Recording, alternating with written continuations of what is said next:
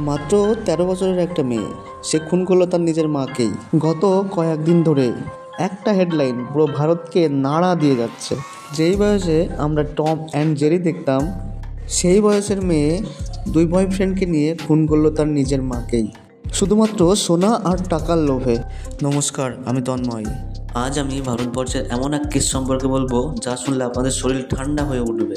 54 বছরের রাজলক্ষ্মী কর, উড়িষ্যার পালাশখেমুন্ডির বাসিন্দা। 13 বছর আগে রাস্তায় পড়ে থাকা মাত্র 3 দিনের শিশুকে কোলে তুলে বুকে আগলে নেন তিনি।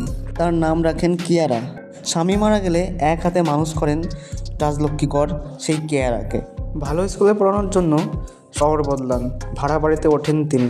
বাইরের সবাই ভাবতো একাই তিনি মেয়ে মানুষ করছেন, কিন্তু ভেতরে ছিল খুব কষ্ট, যন্ত্রণা। কারণ হার্টের সমস্যা ছিল রাজলক্ষ্মীর। প্রতিবেশী, আত্মীয় স্বজন সবাই জানতেন তিনি নিয়মিত ওষুধ খান। 13 বছরের কিয়ারা ইনস্টাগ্রামে পরিচিত হন দীনেশ ও তার বন্ধু গণেশের সাথে। দুজনের সাথেই সম্পর্ক গড়ে তোলে কিয়ারা। একদিন রাজলক্ষ্মী দেবী সব জানতে পেরে বকাঝকা করে তার মেয়ে কিয়ারাকে। কিন্তু এতে কিয়ারা নয়, রেগে যায় গণেশ, এবং খুবই রেগে যায়। সে কিয়ারাকে বলে, আমাদের একসাথে থাকতে হলে সরাতে হবে তোমার মাকে, তারপর তার সোনার গয়না, টাকা পয়সা সব আমাদের হয়ে যাবে। মেয়েটা প্রেমের নেশায় বিশ্বাস করে ফেলে সব কিছুই। ইনস্টাগ্রামের চ্যাটে 3 জন মিলে হত্যার প্ল্যান তৈরি করে ফেলে।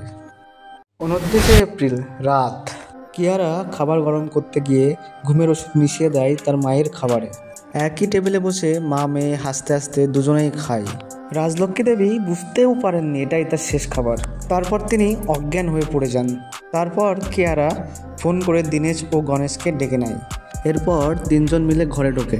গণেশ বালিশ চেপে ধরে রাজলক্ষ্মী দেবীর মুখে এবং দীনেশ হাত চেপে ধরে আর পা চেপে ধরে কিয়ারা, যাকে রাজলক্ষ্মী দেবী 3 দিনের অবস্থায় কুড়িয়ে পেয়েছিল। কিছুক্ষণ পরই রাজলক্ষ্মী দেবী শেষ নিঃশ্বাস ত্যাগ করেন। তারপর কিয়ারা প্রতিবেশীদের ডাকে এই বলে যে মায়ের হার্ট অ্যাটাক হয়ে গেছে। কিয়ারার কান্না দেখে আর প্রতিবেশীদের কথায় হাসপাতালও বিশ্বাস করে নেয় যে হ্যাঁ, হার্ট অ্যাটাকে মৃত্যুটা হয়েছে, এবং পোস্টমর্টম না করেই মৃতদেহ সৎকার করে দেয় পরের দিনই।